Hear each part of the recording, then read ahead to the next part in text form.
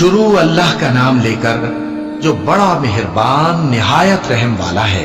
ابو لہب کے ہاتھ ٹوٹ گئے اور وہ خود ہلاک ہو گیا، نہ تو اس کا مال ہی اس کے کچھ کام آیا اور نہ وہ جو اس نے کمایا۔ وہ ضرور بھڑکتی ہوئی آگ میں داخل ہوگا، اور اس کی بیوی بھی جو ایندھن سر پر اٹھائے پھرتی ہے، اس کے گلے میں مونج کی رسی ہوگی۔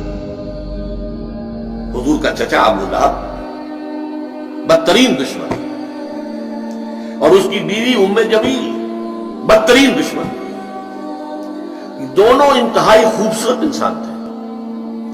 ابو لہب سرخ سفید رنگت، بڑی بڑی آنکھیں، بہت خوبصورت انسان، اسی لیے اس کا نام تو غالباً عبد العزیٰ تھا، اگر مجھے مغالطہ نہیں لگ رہا ہے، بلکہ یہ تو اس کی کنیت بن گئی تھی۔ ابو لہب جیسے کہ لہب کہتے ہیں دہتا انگارہ، تو یہ تو دہتے انگارے کے مانند ہے۔ اس کے سرخ و سفید رنگت جو ہے، اس کی آنکھیں جو ہے بڑی بڑی، لیکن بدقسمت بدبخت حضور کا انتہائی دشمن، اور ام جمیل اس سے بڑھ کر دشمن۔ یہ بتانا مشکل ہے کہ کون زیادہ بڑا دشمن تھا۔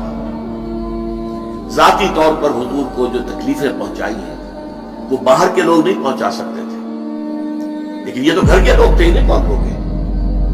بنو ہاشم کا جو ایک حصار حاصل تھا حضور کو، جب تک کہ ابو طالب کا انتقال نہیں ہوا، اس وقت تک بنو ہاشم حضور کے حفاظت کرنے والے تھے، لیکن یہ تو خود بنو ہاشم میں سے ہے، اور ایک دیوار بیچ رہائش ہے ابو لہب کی اور حضور کی، اور یہ بیوی جو ہے اوپر سے دیوار کے اوپر سے گندگی پھینکتی ہے حضور کے گھر میں سے کے اندر۔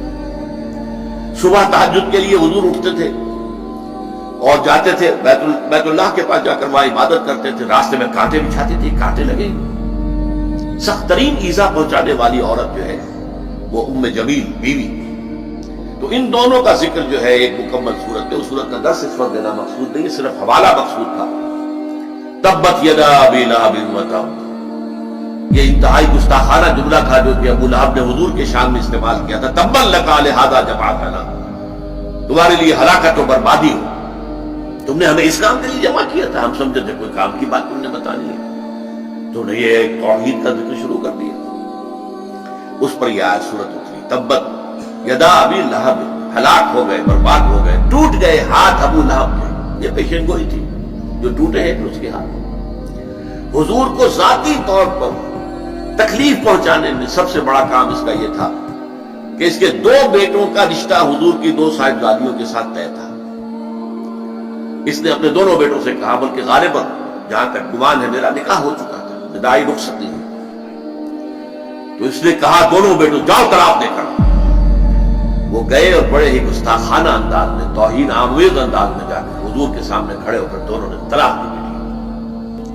تو حضور نے صلی اللہ علیہ وسلم بد دعا دی، اے اللہ اپنے کتوں میں سے دو کتوں کو ان پر مسلط کر دے، اور وہ ہلاک ہوئے، برباد ہوئے۔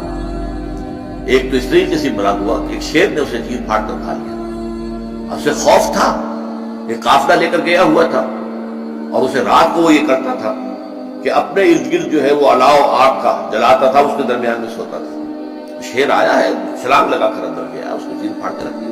حضور کی بد دعا، حضور کو ذاتی رنج پہنچا۔ یہ جو مجلسی معاملات ہوتے ہیں، بیٹیوں کو طلاق دے دینا، یہ ظاہر بات ہے کہ بہت تکلیف دہ چیزیں ہوتی ہیں۔ بہرحال اس کے لیے فرمایا تبت یدا ابی لہب وتب ما اغنی عنہ مالہ وما کسب، اس کے ہرگز کام نہیں آئے گا اس کا مال اور جو کمائی اس نے کی ہوئی ہے، جو مال کمایا ہوا ہے۔